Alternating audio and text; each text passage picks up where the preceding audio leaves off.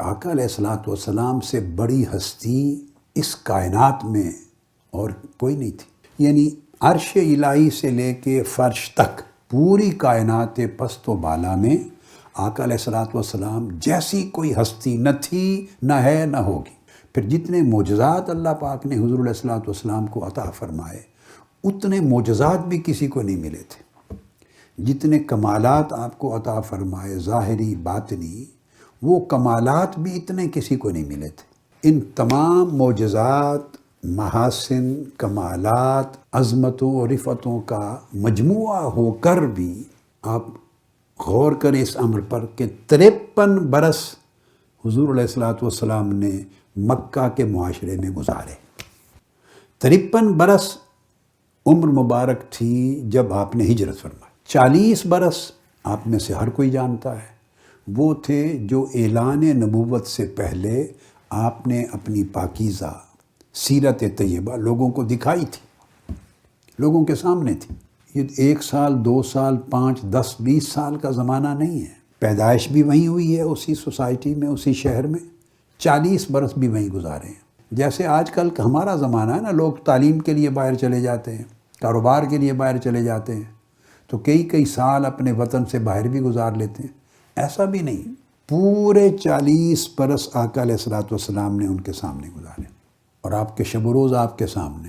اس کے باوجود جب 40 برس پورے ہونے پر آپ نے اعلان نبوت فرمایا اور ان کو دعوت دی اللہ کی طرف، تو آپ کے سامنے ہے اس چند قلیل خوش نصیبوں کو چھوڑ کر سارے معاشرے نے اس دعوت کو رد کر دیا.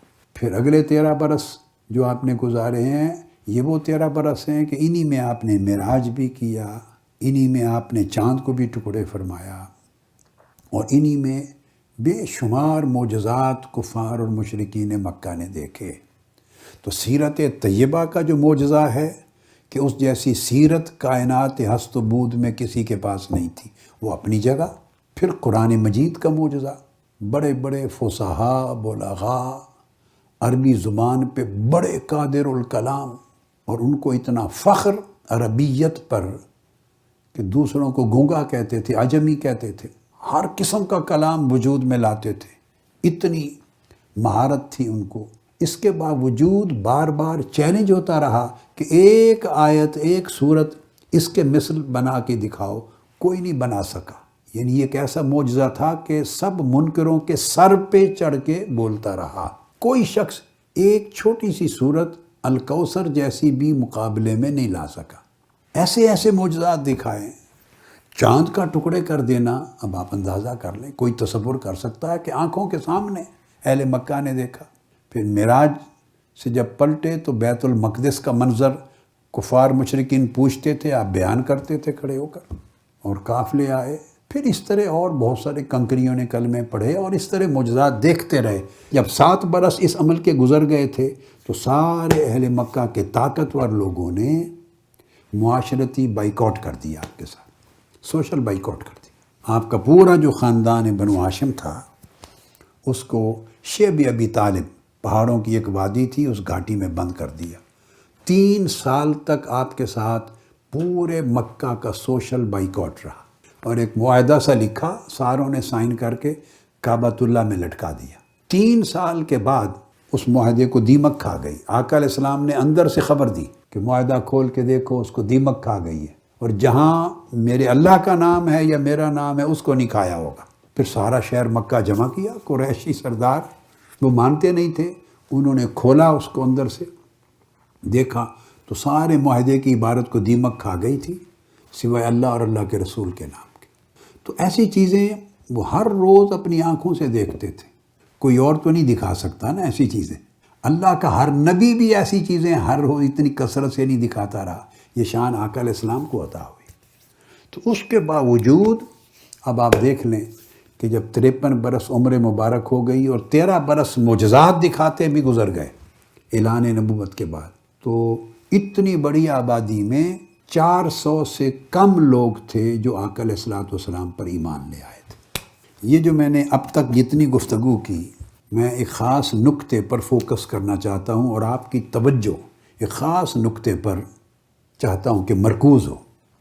عیسیٰ علیہ السلام مردوں کو زندہ کرنے والے، مادرزاد نابینوں کو بینائی دیتے رہے، کوڑی ٹھیک ہوتے رہے۔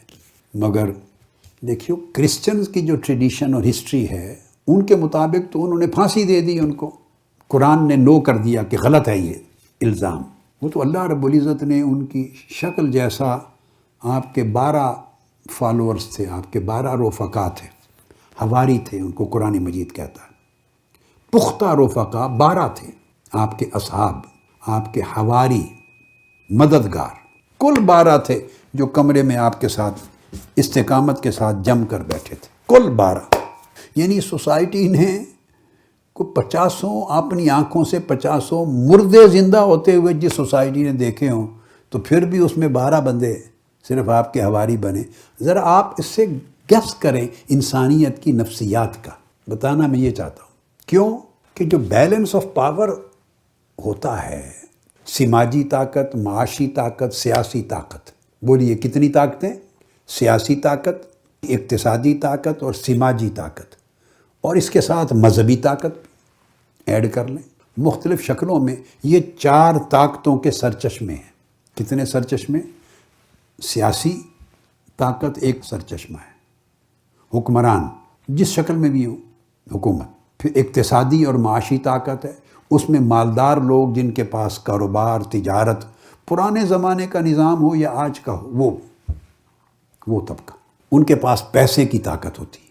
تیسرا سماجی طاقت، جو معاشرے میں ادروائز بڑے انفلوئنس رکھنے والے، طاقتور، مؤثر ہوتے ہیں، خواہ ان کے پاس افراد زیادہ ہیں، برادریاں ہیں، لوگ ہیں، سماجی تعلقات ہیں، تو انفلوئنس ہوتا ہے۔ تو ایک یہ چشمہ ہوتا ہے، یہ سارے لوگ اپنی اپنی طاقت کے ذریعے انفلوئنس کرتے ہیں سوسائٹیز کو۔ اور ہمیشہ رہا ایک مذہبی طاقت، مشرکین بھی تھے تو مذہبی طاقت کا ٹول بھی یوز کرتے تھے نا، یہود بھی تھے تو یہودی جو ان کے اور عیسائیوں کے جو احبار تھے اور رہبان تھے، تو وہ مذہب کو ایک ٹول کے طور پہ یوز کرتے تھے۔ ہر دور میں آج بھی ہیں، ٹائٹل بدلتے جاتے ہیں مگر یہ 4 چشمے برقرار رہتے ہیں ہمیشہ، جو سوسائٹی کو انفلوئنس کرتے ہیں۔